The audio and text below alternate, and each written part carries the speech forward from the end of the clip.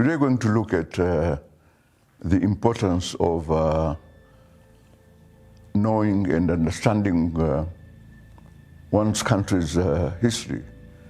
Because to understand one's country's past is to understand one's country's present issues and problems, and also future issues that will arise, and future problems too.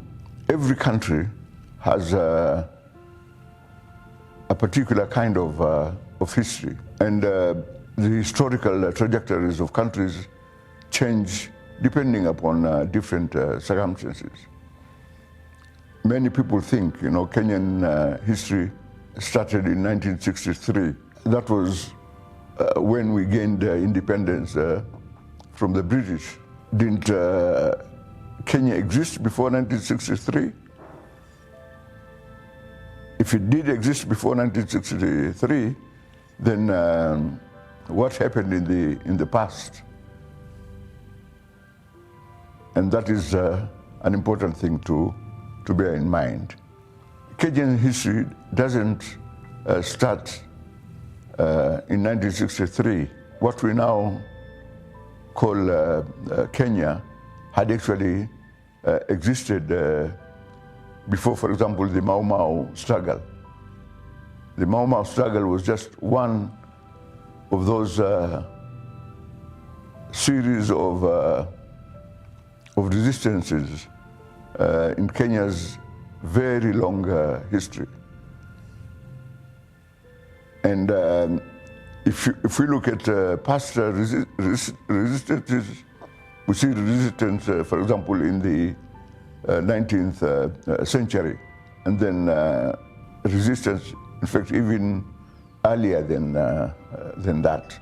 And we cannot say, for example, the period that, for example, the Omanis dominated the histories of Kenya's coast is not part of Kenyan history. It is, because if we don't understand that, then we don't understand exactly what culminated in Kenya's independence. And the British were associated with Kenya from around 1895, because there was a conference in Berlin, that juncture, where the European powers arrogated themselves the privilege of dominating the African continent, and they parceled it amongst themselves. In fact, that is why today we have the so-called French-dominated countries or Francophone countries, and then Anglophone countries, as if these were the only languages that were spoken, on the African continent. Of course, Africa has the largest number of languages spoken in the world. Out of the 6,000 languages that are found in the world, 2,000 of these are spoken on the African continent. If you are unaware of this, then we'll find that you have a distorted image of the understanding of the continent's history, and also a distorted image of your own country's history. Kenya has almost 46 ethnic groups, which coincide with linguistic groups. And if you are aware of this, then you are aware of how the country gradually became what it is today. Whether it was willed into the present Kenya, or it is something that just happened. And as we noted earlier, places like the coast, if we look at Swahili history, it has a very long tradition. So we all, in fact, are people who came from elsewhere. which means that every group is actually on its own a minority group. And it's only when you have alliances of the various groups that you will find that they would dominate the political space at the expense of other people. So the idea, for example, that Asians or Arabs, foreigners in this country, is really laughable because all these groups were here very, very long time ago. Everybody knows, for example, Vasco da Gama would have been unable to get to India if it had not been directed there by an Indian Muslim sailor by the name of Majid. So one has to broaden one's vistas by trying to understand the entirety of Kenyan history, not only parts of it. Of course, if you look at the school system, the emphasis is mostly on the Mau Mau struggle. And then, of course, if you just emphasize that part of Kenyan history, which is a very important part of Kenyan history, then you are open to the idea that the country belongs to those who struggled for independence, and then other people might not have any stake. But the reality is that resistance was collective. Many people from various backgrounds, from various ethnic groups, participated in dislodging the British and the culmination of Kenya's independence in 1963. And then knowing something about the important personalities that have shaped Kenyan history, whether these personalities are political or they are religious, it's very important to know something about this. And then if you know something about this, then you will come to appreciate why, for example, the Kenyan education system became the kind of education system that we have today. What were its antecedents? For example, the Kikuyus resisted the kind of manual education which the British wanted to impose on Kenyan society, because that was the prevailing ideology, for example, in the southern parts of the United States. Because of the racist policies there, non-whites were confined to those kinds of courses that will only require the use of their hands. And presumably, this was because they did not have the intellectual ability to become doctors, to become lawyers, such kinds of professions.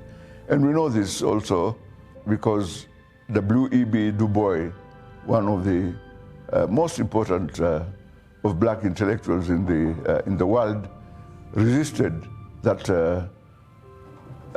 temptation of accepting what the white men prescribed.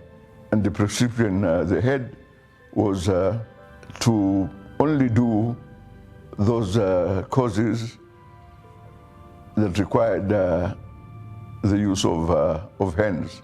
Not that this was a bad thing in itself, but it was symbolic of the subordinate places that black people were placed.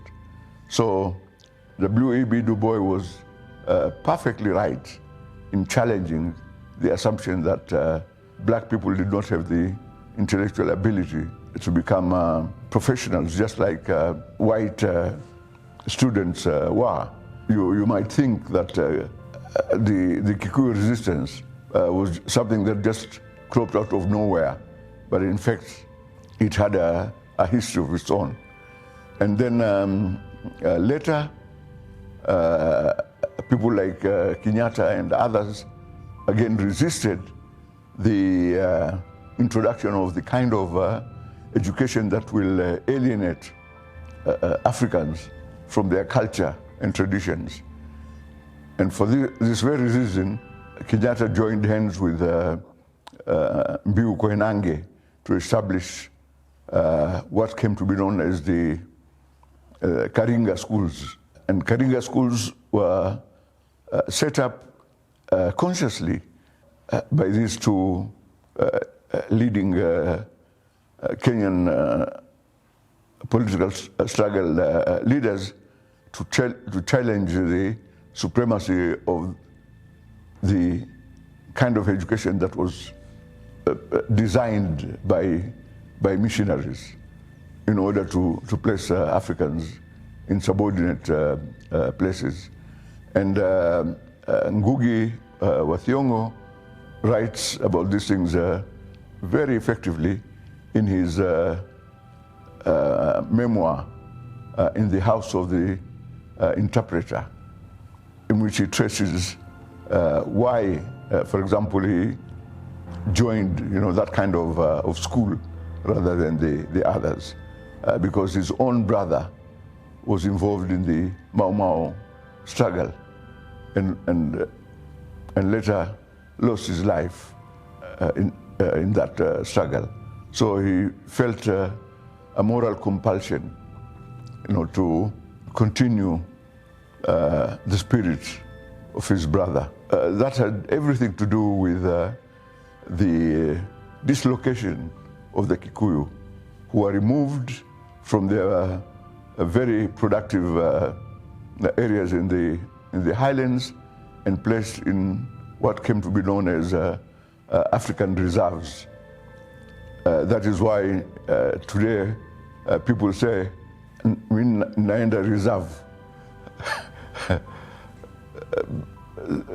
The origins of that term were these settlements that were set aside by the colonialists in order to dispossess Africans of their fertile lands and give it to those demilitarized white soldiers, some of whom are not actually even from Britain.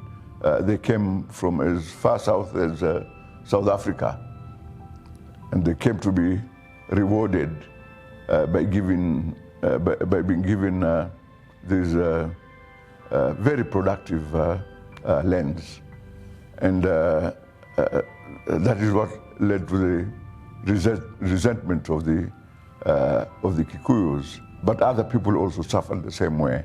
If you look at, for example, the history of Pumwani, Majengo, that is also rooted in the colonial politics of dispossession. So Africans were confined to particular places or spaces, and some of these groups resisted when they tried to later remove them, from these areas. Like, for example, the Somalis were amongst the very first groups of Kenyans actually to settle in what is today Isli. Yeah, and when the British tried to remove them, they resisted. They said, we belong here. This is as much our town as anybody's.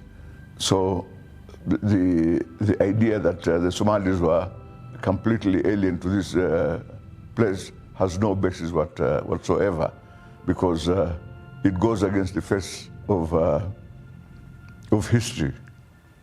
So if you know these kinds of things, then you appreciate why particular groups were in particular places. Because at that time, that area was considered to be a section where only Asians can settle. And those who were considered as Africans were told to go to to Pumwani, to live there. And the Somalis said, "We are not going anywhere." And that is why we imagine the Somalis don't want to be identified as Africans. But that was not really the truth. They were just resisting this reclassification and relocation or resettlement, to provide space for other groups, because now those areas had become valuable real estate. So it's very, very important to look at one's history and to look at the strategies that were, or the trajectories which that history took. And of course, it doesn't mean that Kenyan borders, as we know them today, will remain the same way, for the next 200 years.